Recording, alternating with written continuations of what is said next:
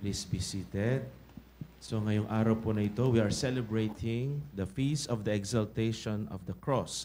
Sa Tagalog, kapistahan ng pagtatampok sa krus na banal. Tanong at real talk. Sino ba sa atin ang magtatampok sa mga krus natin sa buhay?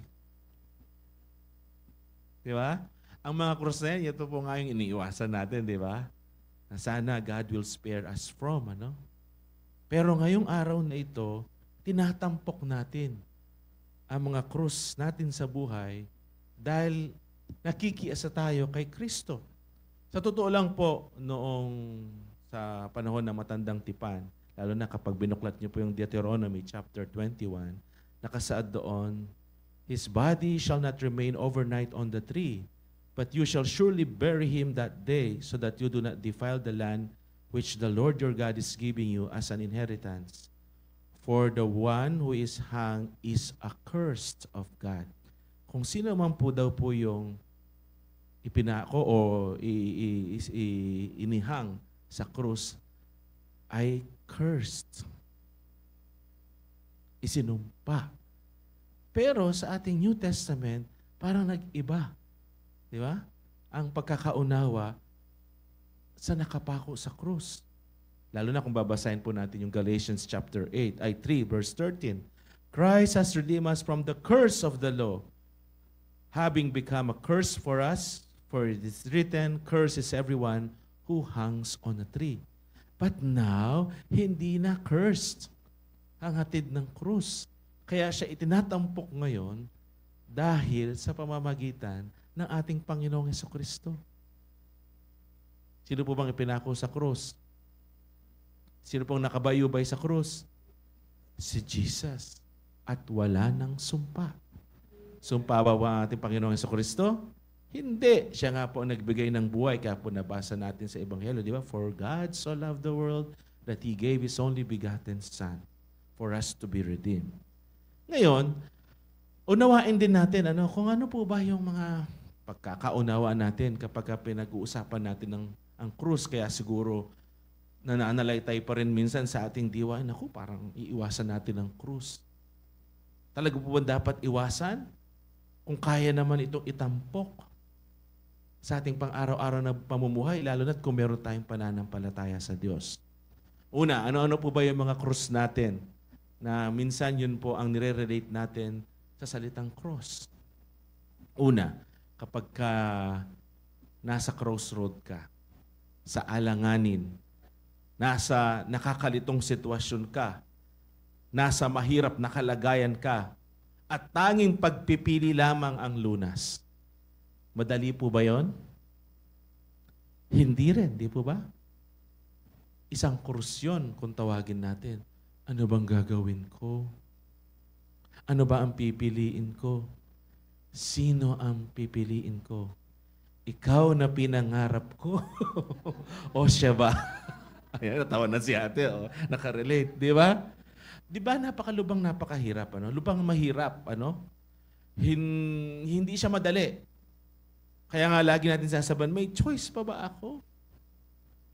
At kapag nandun ka sa mga alanganing sitwasyon ng buhay, Lord, napakabigat naman itong daladala ko ngayon.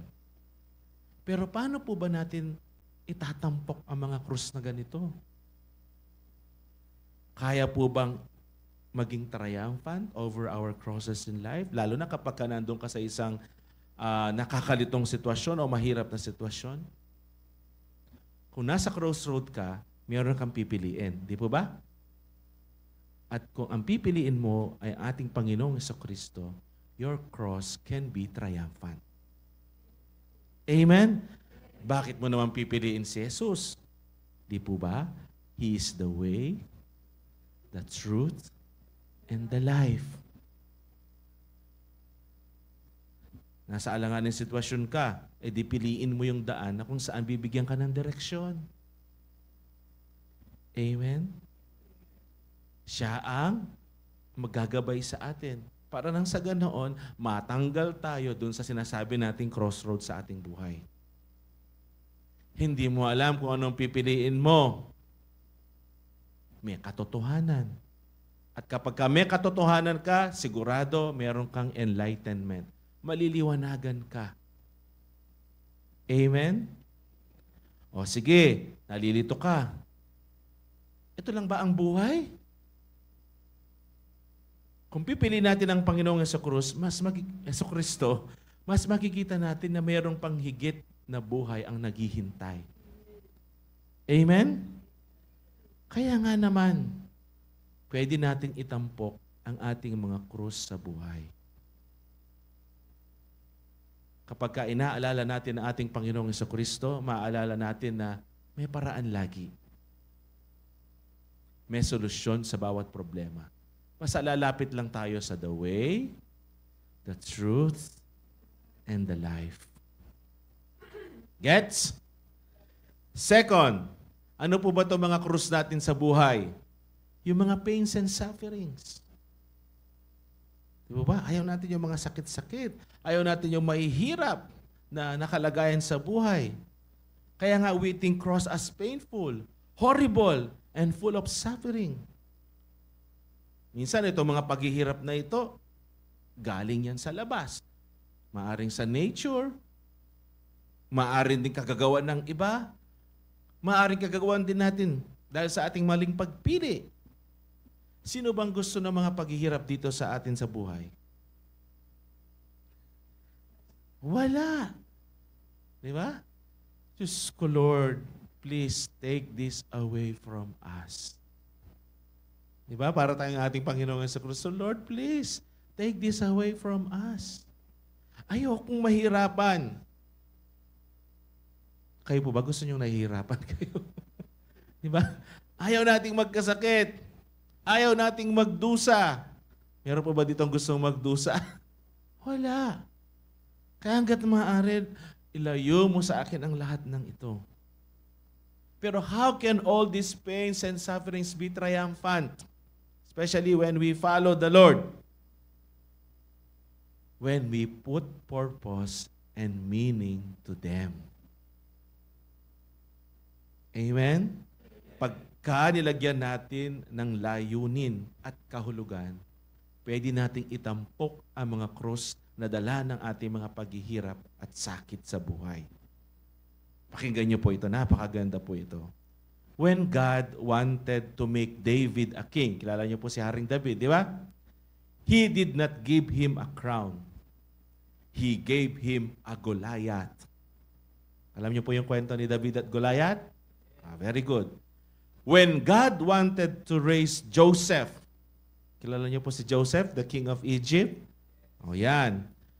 To the palace, He did not give him a shortcut. Anong binigay ng Panginoon sa kanya? He gave him a prison. Nakulong siya. Naalala? When God wanted to make Esther a queen, He did not give her comfort. He gave her crisis.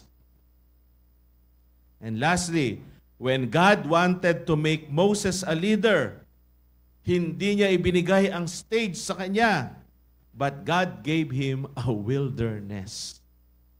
Ngayon, obserbahan po ninyo ito. May pattern. Di po ba? Makikita natin yung pattern. Sila pong lahat, they all achieved their mission. They were strengthened and built up, and they came to depend on God and all His providence, and all was accomplished. Sa buhay po natin, minsan naiisip natin that God is breaking us through all these sorts of pain and sufferings that we are experiencing. But actually, He's not breaking us. He is building us through the cross. Through the crosses of our lives. Amen? Magpapaalam po ako kay Kuya Ray. Kuya Ray, pasensya ka na. Mag-share ako ng konti. Kanina po, nung sinundo po ako ni Kuya Ray, medyo nakapagkwentuhan po kami ng kanyang mga karanasan sa buhay. At hindi ko na po i-detalye, pero na-touch po talaga ako sa kanyang kwento kasi hindi naging madali kay Kuya Ray ang kanyang buhay, lalo na nung nagsisimula siya magpamilya. At damang-dama ko kanina yung sinishare niya, yung pait ng kanyang karanasan. Pero ngayon, nakangiti na siya. At alam mo, ang sabi niya sa akin, alam mo, Father, ngayon, mas marunong na akong umunawa. At hindi ko rin sukat akalain na malalampasan ko at may tatawid ko ang buhay ko. Oh, look at Kuya Ray right now. Nasaan na si Kuya Ray? Hello, Kuya Ray. Pasensya ka na. At ikaw ay aking binanggit sa aking homily. So ngayon po, God is not breaking us through these pains and sufferings. And we can exalt the crosses in our lives when we put meaning and purpose to it. Kasi God is not breaking us. He is building us through the crosses. Through the cross. Amen? Gets? Very good. And lastly, ano po ba itong mga cross natin sa buhay? Bukod po sa crossroad, bukod po sa pains and sufferings, siguro kahit paulit-ulit, ito po yung mga pabigat. Tingnan niyo po yung katabi ninyo. Pabigat po ba siya? O mabigat lang? Mabigat po ba o pabigat? Pabigat, di ba? Sino po sa atin dito ang gustong nabibigatan? Di ba? Ayaw natin yan. Ay, naku, krus yan kasi mabigat yan. Ay, naku. Malapit na mag-akinsi. Kakakinsi na bukas, di po ba? Oo. Mga Judith. Ang mga alalahanin natin. Baka bayaran na sa school. Ano pa ba ang pwede ninyong isipin na pabigat? Yung kapitbahay mo. Yung kapatid mo sa community. Joke lang. At marami pang iba. Alam ko kapag pinaisa-isa ko kayo ng mga mabibigat sa buhay, marami kayong entries. Kasi naniniwala kayo, the more entries you send, the more chances of winning. Di ba? Marami kayong mababanggit sa akin na kung ano-anong klase at uri ng pabigat, ng burden sa buhay. Nandiyan na yan eh. Kagaya ng crossroads. Matatakasan ba natin yan? Pains and sufferings. Hindi rin naman natin matatakasan. At maging yung mga pabigat natin sa buhay. Baka nga ang inyong asawa, ang inyong pabigat sa buhay. Kaya niyo po bang isoli yan sa inyong mga in-laws? Hindi, syempre. Pero paano natin ngayon may tatampok ang mga krus na ito sa ating mga buhay? Invite Jesus. Invite Jesus. Alam niyo, meron po akong nabasa. Sabi niya, what if God doesn't take you out of your burdensome situations? Di ba tayo yun na lagi natin dasal, Lord, tanggalin mo ako dito. Ang hirap-hirap. Ayoko po ng maputik. Ayoko po ng masikip. Ayoko po itong kinalalagyan ko ngayon. Tanggalin mo ako dito sa aking sitwasyon at anumang uri ng pabigat na ito. Pero, yun ang dasal natin. Many times we beg God to remove the struggles. At kadalasan din naman, hindi niya tayo pinagbibigyan. Kasi, His plan is not to escape. It is His presence. Don't just ask God to pull you up, but invite Him. Lord, tumabi ka sa akin. Samahan mo ako. Lord, I need your presence. The goal is not always to escape, but to invite Jesus. Let Him walk with you, with us, through the valley of tears. The goal is not to be rescued, but to be transformed. Amen?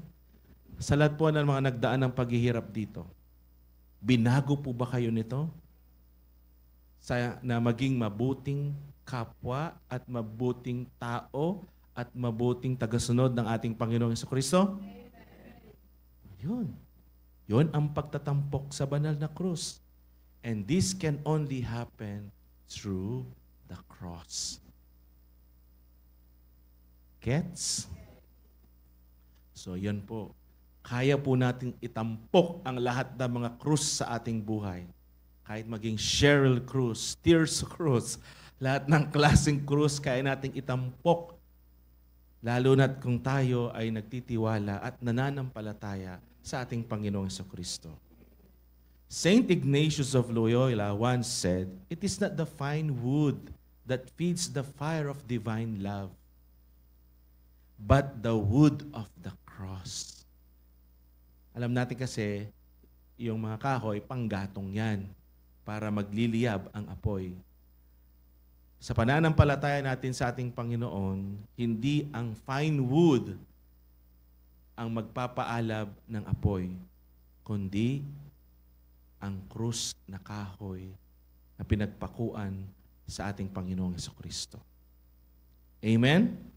Sabi nga, carry our cross joyfully and it will carry you. Ulitin natin. Carry your cross joyfully and it will carry you. Ganda, no? Carry your cross joyfully and it will carry you. Nasa crossroads po ba kayo ngayon? Meron po ba kayong dinaramdam? Pains and sufferings? Meron po mabigat ba tayong dala-dala ngayon? Carry it joyfully and it will carry you. Alam niyo po, last statement. Tayo po rito naniniwala sa Panginoon, ano? Amen? Totoo? Naniniwala po ba tayo sa Panginoon? Amen. Oo. Yung pagtitiwala natin sa Panginoon is not going to remove all our adversity, all our trials. Sabihin na nating mga krus. Yung paniniwala at pananampalataya natin sa ating Panginoon, hindi garantiya yon upang tanggalin niya ang lahat ng mga pangit, masasakit, at mabibigat sa ating buhay. Correct?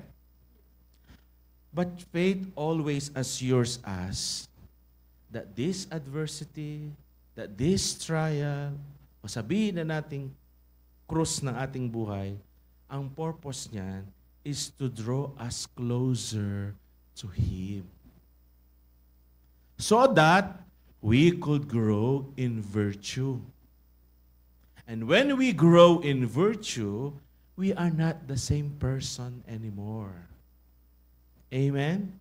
Especially when we embrace Jesus. And when we are transformed because of these crosses in life, there is triumph. And we can always say, truly indeed, there is exaltation of the cross. Merong pagtatampok sa krus na banal. Amen? Last note. Men's adversity or men's cross is God's opportunity. Yeah? Amen? Baka humaba ng humaba, hindi na kayo makaligo. Good morning po and God bless us all.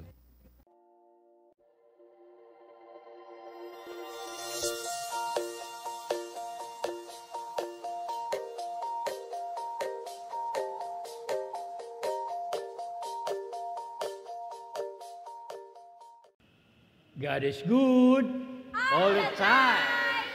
Thank you for joining us today. View our past broadcasts on our Facebook page, St. Peter Community, and subscribe our YouTube channel.